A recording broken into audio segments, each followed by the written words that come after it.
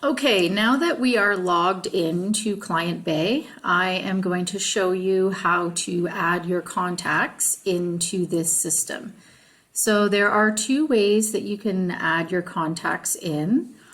The first way being you can import your contacts if you already have them set up somewhere else, or you can simply add them in manually one by one.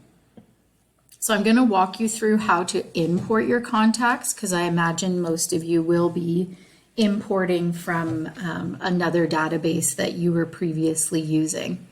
So the first step in importing your contacts is to actually export your contacts from your previous database management system. I can't really show you how to do that because everyone's going to have something different. But in your previous system, there should be a place where you can click Export Database and it will automatically put it into a CSV file, which is what you need it to be in order to upload or import into Client Bay.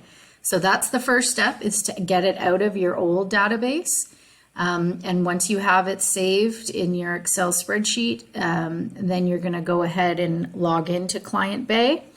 And from your home screen, you're going to click the blue button, Import Contacts. A new window will pop up, and right at the top, you're going to choose your file. So you're going to want to make sure that it is the CSV file. So you're going to double click it and get it in there. Now, in your CSV file, if the first row of that spreadsheet is your field names, you will just leave this as a default yes.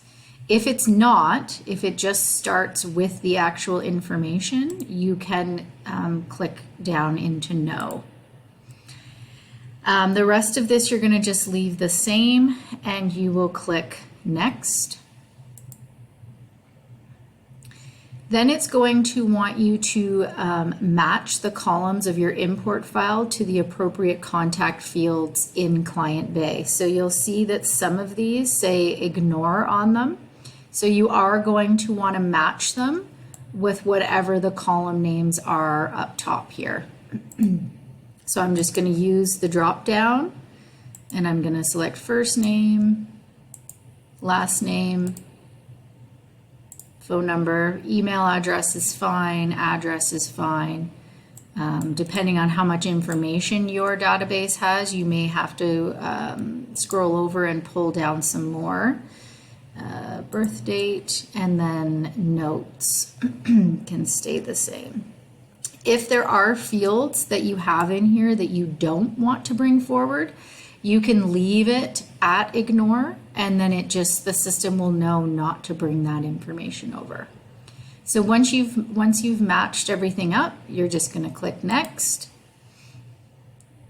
It's going to tell you how many files are being, how many fields are being imported and how many contacts are being imported. You'll click next again. And it'll take a little bit of time depending on how big your database is. And once it's got it all in there, you're going to click finish. And then you should see right here how many contacts were actually brought forward. Okay, so that's importing. And I will just quickly show you how to manually add. So if you want to manually add a contact or all of your contacts in, you're just going to click this Add a Contact button. And then it's literally just entering the information into each one of the fields. You can add as little or as much information as you'd like. And once you have the information filled out, you're just going to click Save. Pretty straightforward.